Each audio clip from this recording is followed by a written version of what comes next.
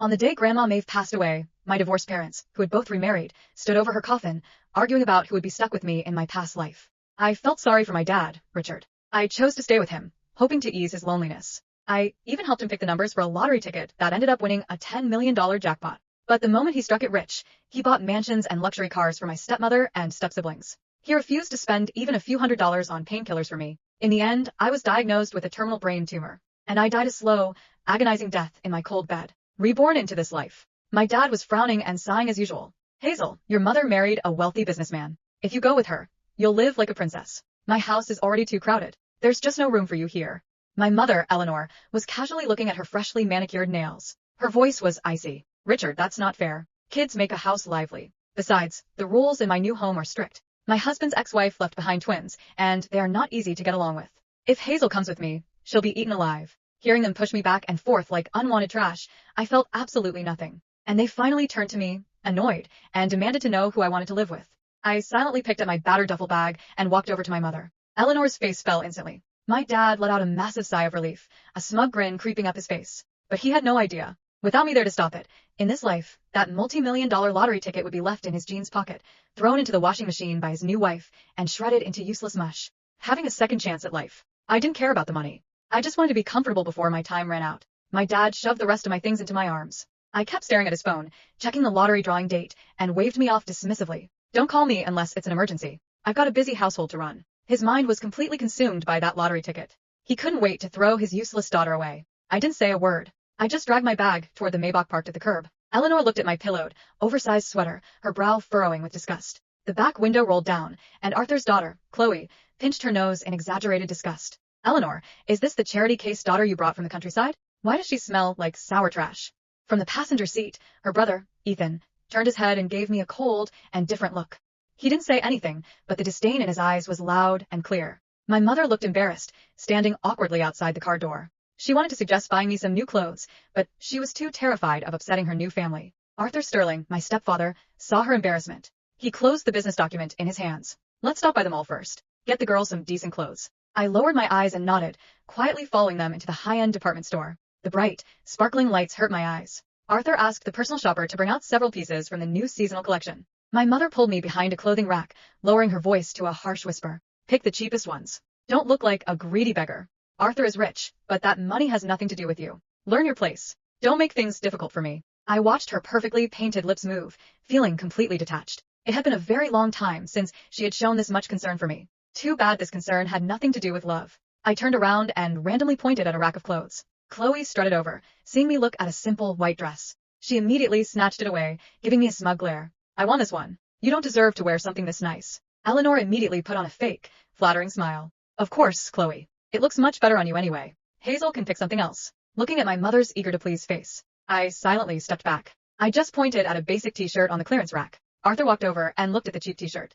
He frowned slightly, then turned to the sales associate. Take that white dress along with the other new arrivals and pack them in her size. Chloe stomped her foot in anger. Dad, why are you buying her such expensive clothes? Arthur gave her a stern look. Our family isn't so poor that we can't afford a few dresses. Make us look cheap. My mother quickly chimed in. Yes, yes. Arthur is always so thoughtful. She then turned and glared at me. Well, thank your stepfather, Arthur. I took the shopping bags. Thank you, Arthur. Half an hour later, we entered the Sterling family estate. The winding staircase and massive crystal chandeliers were breathtaking. The luxury penthouse my dad had bought in my previous life seemed like a tiny shack compared to this palace. But none of this mattered to me. I carried my bags and quietly retreated to the bedroom my mother pointed out. The room was huge. The bed was incredibly soft. I lay down and closed my eyes. A dull, throbbing pain was already starting to echo in my head. At dinner, my mother was desperately trying to teach me table manners. Hold your fork and knife like this, and don't make disgusting noises when you eat your soup. She was terrified I would embarrass her and ruin her status in this house. Chloe sat across from me, a mischievous glint in her eyes. She picked up a bowl of steaming hot soup and handed it to me. Here, have some soup. Just as I reached out to take it, she intentionally let go too early. The scalding hot soup spilled directly over the back of my hand. Before I could even gasp, my mother was already shaking. How could you be so careless? Do you know how expensive that rug is? Go to the bathroom and clean yourself up now. She cared about the rug. She cared about her reputation. I didn't care at all about my red, blistering skin. I wiped my hand with a napkin, stood up, and bowed slightly. I'm sorry. Arthur sat down, his utensils, his expression darkening. Chloe, apologize. Chloe rolled her eyes. It was an accident. She just didn't catch it. Arthur's voice went cold. I won't say it again. Apologize. Chloe muttered a half-hearted sorry. My mother quickly tried to play mediator. Oh, they're just kids playing around. Hazel has tough skin. She's fine. Arthur, please don't be mad at Chloe. Arthur ignored my mother entirely. He slid a tube of burn ointment across the table to me. Go put this on. I took the medicine. Thank you. Back in my room, I sat on the edge of the bed, gently applying the cream. My phone rang. It was my dad. The background was loud with the sounds of a rowdy bar and glasses clinking. He took a drag of his cigarette, his voice dripping with arrogance. Hazel, your old man is about to be filthy rich. My lottery numbers are a guaranteed win. But since you chose to go with your mother, don't think you can come back to beg for a single dime of my money. I have big plans for this cash. Just stay out of my way over there. I rubbed the ointment over the blisters on my hand, my voice completely flat. Okay, hope you get rich. I hung up. Suddenly, I heard soft footsteps outside. My mother was standing at the door. She pushed it open, looking at me with pure suspicion. Don't go calling your trashy father. Don't bring his peasant energy into this house. It took me years to secure my place here. Behave yourself and don't drag me down with you. I stared at her perfectly preserved face. Okay, I will. She seemed satisfied with my submissive attitude and shut the door. In the middle of the night, a migraine hit me like a sledgehammer. It felt like my skull was being split open. A cold sweat broke out all over my body. I pulled open my nightstand drawer. My bottle of painkillers was empty. Clutching the wall, I slowly made my way downstairs to find some medicine. The living room was pitch black. I walked toward the patio, only to find Arthur standing there, apparently suffering from insomnia too. He held a glass of red wine, staring out into the dark night. Hearing me, he turned around. Under the moonlight, he looked at my pale, lifeless eyes and spoke softly. Chloe's mother passed away when she was very young. That's why she acts like a porcupine. Don't take it to heart. He poured a glass of warm water, found a box of extra-strength painkillers from the first aid kit, and handed them to me. I took them and swallowed 2 pills. Thank you. He studied my ghostly, pale face. For the first time since my rebirth, I felt a flicker of genuine human warmth. I gripped the warm glass of water. I understand. Over the next few days, life was relatively quiet. Under Arthur's warnings, Chloe stopped causing trouble for me openly. But she still hated my guts. Every time we passed each other in the hallway, she would deliberately bump my shoulder. Or, at dinner, she would push the dishes she knew I disliked right in front of me. Ethan always watched from the sidelines, never participating, but never stopping her either. I didn't care. One afternoon, I came back from a hospital checkup. The oncologist told me that the tumor was spreading much faster than expected. I had 2 months left at most. I pushed open my bedroom door, only to find Chloe rifling through my duffel bag. Ethan was leaning against the door frame, frowning as he watched her. What are you looking for? Get out of there before Dad catches you. Chloe was stubborn. Mind your business. I just want to see what kind of trash she's hiding in here. She dumped the bag upside down. Several empty prescription pill bottles tumbled out. Along with them was a worn, faded photograph of my Grandma Maeve. Seeing me walk in, Chloe froze, clutching one of the empty pill bottles. The mocking word she was about to say died in her throat. Why do you have so many of these heavy painkillers? She stammered. I walked over quietly, took the photo of my grandmother from her hands. I carefully wiped her fingerprints off the photo with my sleeve. Then I swept the empty pill bottles back into my drawer. Are you done? My voice was as faint as a whisper. If you're done, please zip my bag back up. Ethan stared at the pill bottles, then at the photo of my grandmother. His eyes grew complicated. He stood up straight, grabbed Chloe's arm, and pulled her back. In a stiff but sincere voice, he said, I'm sorry. You shouldn't have touched your things. I stared at Grandma Maeve's smiling face in the photo. No need to apologize. Nothing lasts anyway. Those words seemed to strike a chord in Ethan. He looked at my dad, hollow eyes, expression shifting into something unreadable as he dragged Chloe out of the room. The room fell silent again.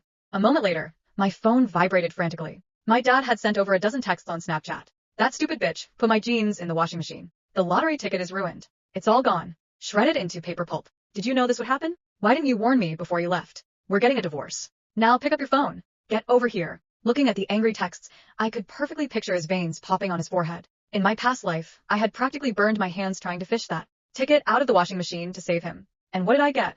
He abandoned me the moment he got the cash. I coldly typed back a few words. I didn't know. Then I blocked him, silenced my phone, and threw it onto the bed. My head throbbed violently again. I popped 2 of my new painkillers and swallowed them dry. That evening I went for a walk along the tree-lined path outside the estate. The fresh air helped ease my headaches a bit. Just as I turned a corner, a shadow blocked my path. It was my dad. Richard stood beneath the trees, his face twisted with rage. You blocked me? I stopped walking. He looked nothing like the desperate father I remembered from my previous life. His expensive shirt was wrinkled, his hair was disheveled, and his eyes were bloodshot from drinking. The lottery ticket was worth $10 million, he snarled. 10 million. Do you know how much that is? I stared at him calmly. Yes. You knew what would happen. No. He grabbed my wrist. You're lying. You helped me pick those numbers in the last life. He suddenly stopped. His face went pale. For a second, neither of us moved. Then he laughed nervously. What last life? I pulled my wrist free. You've been drinking too much. His expression darkened. You think you can abandon me after I raised you? I almost laughed. Raise me? The man who had refused to buy me painkillers while spending millions on everyone else wanted to lecture me about family. You told me not to come back unless it was an emergency. This is an emergency. No. I looked him directly in the eyes. You losing $10 million isn't my emergency. Richard's face turned red. You ungrateful little. Hazel. A sharp voice suddenly came from behind us. Arthur was walking toward us. His expression changed the moment he saw Richard's hand near my wrist. Take your hand off her. Richard scoffed. This is between me and my daughter. Arthur stepped between us. She told you to let go. Richard glared at him. You're the reason she's acting like this. You filled her head with nonsense and stole my daughter. Arthur's voice remained calm. She chose to live with her mother. Because you people bribed her with fancy clothes and a mansion. I looked at Richard. No one bribed me.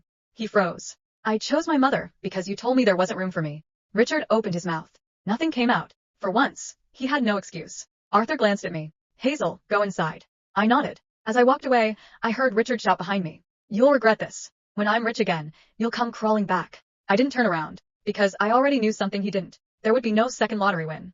And there would be no second chance for him. That night, my headache became unbearable. I collapsed beside my bed. The pain was different this time. Sharper, deeper. My vision blurred. I reached for my phone with trembling fingers. 2 months. The doctor had said 2 months. But judging by the pain spreading through my skull, I wasn't sure I'd even get that long. The bedroom door suddenly flew open. Ethan stood there. His face went white. Hazel.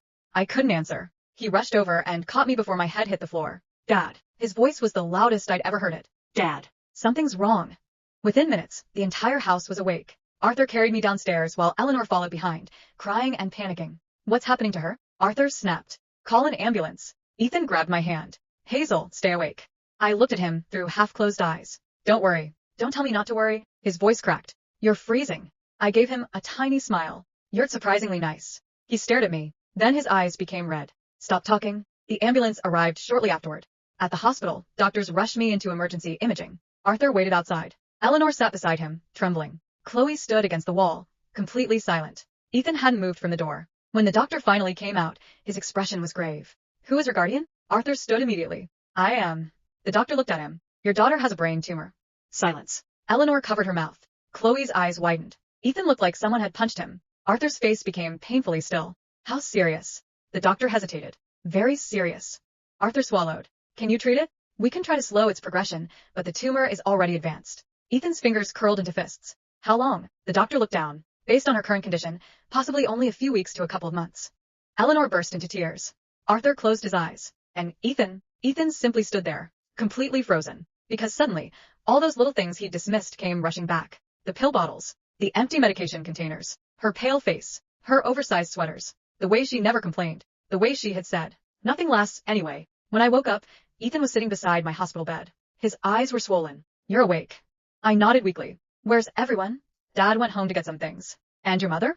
She stayed with Chloe. I smiled faintly. That's good. Ethan stared at me. Why don't you ever get angry? I blinked. What? You could have screamed when Chloe burned your hand.